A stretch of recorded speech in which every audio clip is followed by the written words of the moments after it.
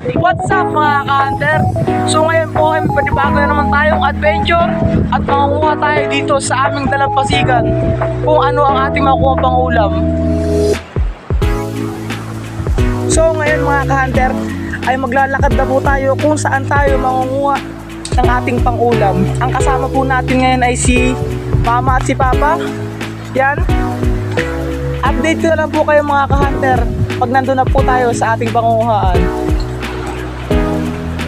So yun po mga ka-hunter, at nandito na po tayo sa ating pangunguhaan ng ating pangulam. At kung nakikita nyo po sa ating paligid ay nasa loob po tayo ng lalaong o sa mangroves. At yun mga ka-hunter, may nakita po dito si Papa ng pangulam. Yan po, anong tawag po dyan Papa? Susok.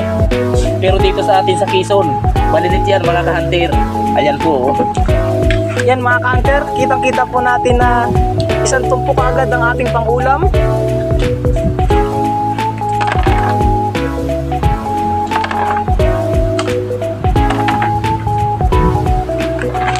Ayan mga ka-hunter, dami. Sigurado ito mamaya, abangan nyo. Lulutuin natin itong pangulam ngayong tanghalian. At dito naman po tayo sa aking mama at may nakita din po siyang maraming suso. Yan po mga ka-hunter. At pinupulot na po ni Mama. Yan. Shareable lang pang po dito natin mga ka-hunter.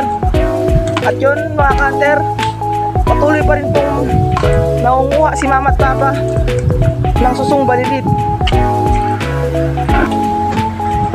At dito mga ka-hunter, naglalakad-lakad pa rin po tayo at patuloy pa rin po tayo maghahanap ng ating may food trip.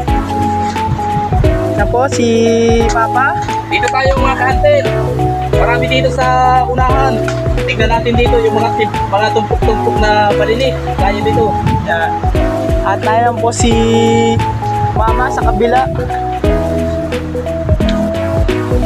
Yan mga hunter, mas maganda po yung may sarili-sarili silang pangunguhaan para madali po tayong makakuha ng ating pang food trip. So yung mga ka-hunter, patuloy pa rin po tayong nangunguha ng suso. Ano ba? Marami ka na nakukuha dyan? Oh, dami dito. Yun mga ka-hunter. Halika. Yun mga ka-hunter, marami na po nakuha si Papa na susong balilit. At ito po yung una namin nakuha, medyo maunti. At ito naman po ngayon, Dami oh. dami mga ka-hunter. Sure po, ang pangulam natin ngayong tanghali, mga ka-hunter.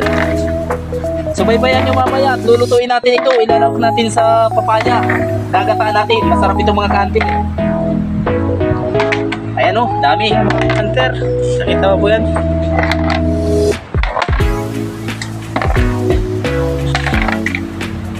Hahanap tayo dito sa susunod mga ka-hunter.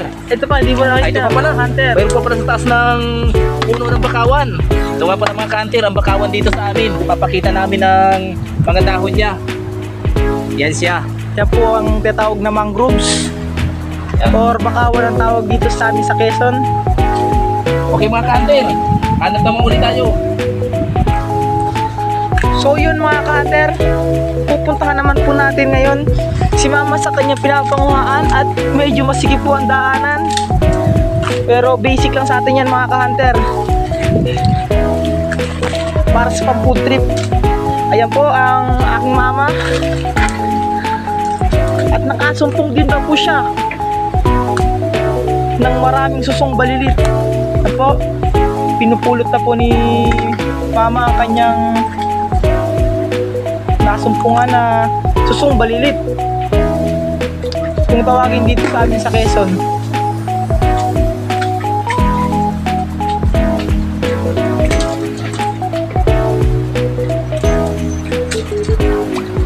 Yan, sumama po yung aking aso, si Barkada. Yan, patuloy po nangunguha ang aking mama.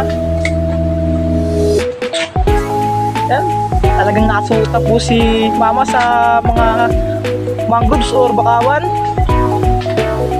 Dito po sa aming pinapanguhaan ay medyo pahirapan din po talaga ang pangunguha ng suso or balilit. Pero basic lang sa atin yan mga ka-hunter. Pa food trip na yan mamaya. Yan, patuloy pa rin po nangunguha ang aking mama. At ang aking papa ay nandun sa dulo. Ano pa, marami ka na nakuha dyan? Oo, dami dito. Yun mga ka-hunter, nakasumpong na naman ang aking papa. Nakasumpong tayo dito ng batang na wala, mabubulok na pero nandito siya mga nakakapit. Yan mga Ayan ka-hunter. mga kantir. Ito, makikita po naman natin yan. Yan po ang susong balilit. Kung tawagin dito sa amin sa Quezon. Yan. Ay, matutumbo pa tayo. Tuto pa ba? Ito nga pala mga kahantir, pansamantala lang itong pag-ulam natin dahil malakas ang panahon ngayon, hindi tayo makapagdagat. Bilang isang magdadagat, marami tayong paraan. Kaya dito sa Dalampasigan, may mga masusumpungan tayong mga pag-ulam, kaya nitong balilit. Dami mga kahantir. Yan. Sunod-sunod mga ka-hunter ang nanguhuli ng aking papa. Kaya nga pala yung asawa ko nasa unahan. At patuloy pa rin po si mamang nangunguha ng susong balilit. At yan po, lalakad na naman si papa at maghahanap na naman po siya ng mga susong balilit. Yung mga ka-hunter, pupunta naman po tayo sa aking papa. Ay mga kahantir, nakakita tayo ng malaking puno.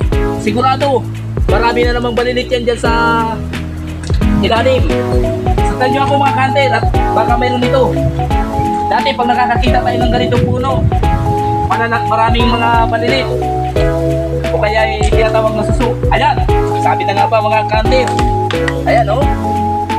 Nakatago pa siya. Oh. Ito. Ayan mga kahantir. Oh. Iikutin natin itong puno na ito para malaman natin kung marami talaga.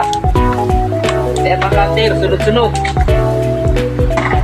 Sigurado na natin ang pangulam ngayong tanghalian.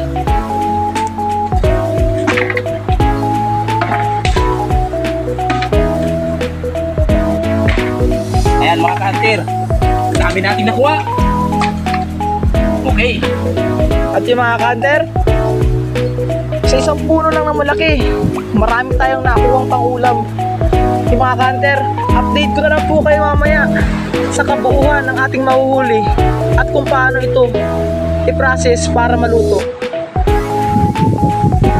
At yun mga ka-hunter, tayo po'y tapos na sa pangunguha ng susong balilit kung tawagin dito sa amin sa Quezon.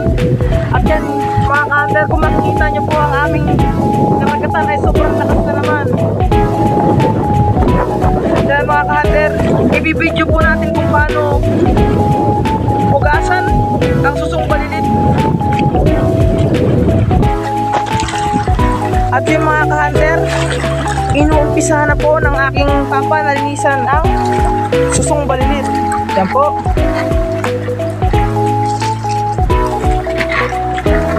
Ayan mga kantin, dami oh. Dami nakuha natin.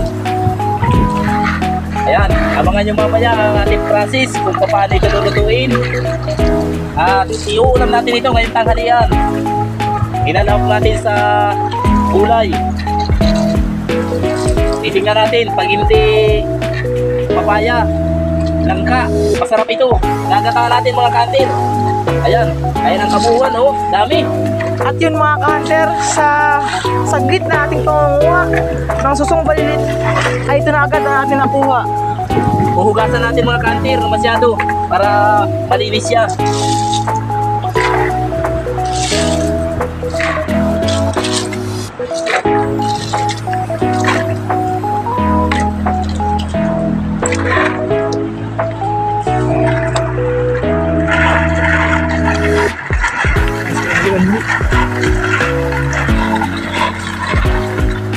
Ayan mga kantir, malinis na ito. Ayan.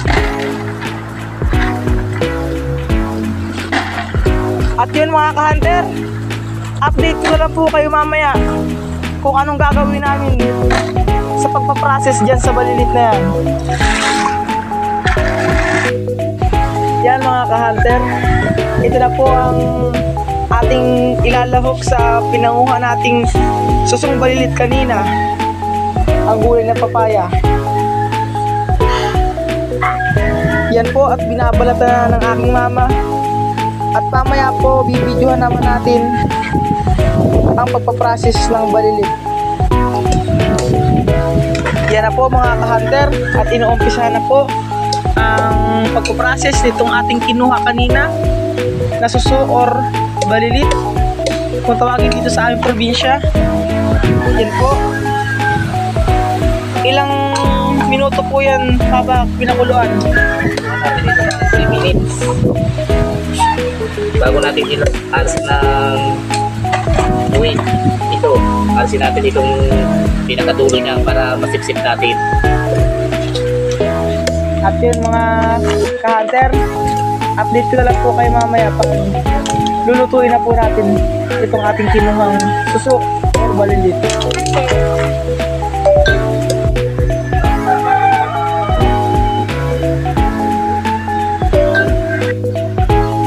Yan po mga ka-hunter, ngayon po ay naluto na ang ating pinanguhang suso or balilit. So ngayon mga ka-hunter, magpo-food trip naman po kaming pamilya. At yeah, tikman mo na, papang tikman mo. Mga hunter, tikman natin to. First bite. Yeah. Wow, Sarap. okay. Yan. Nasa, Yeah mga ka-hunter, yun lang po at kain tayo. kain tayo. Thank you for watching.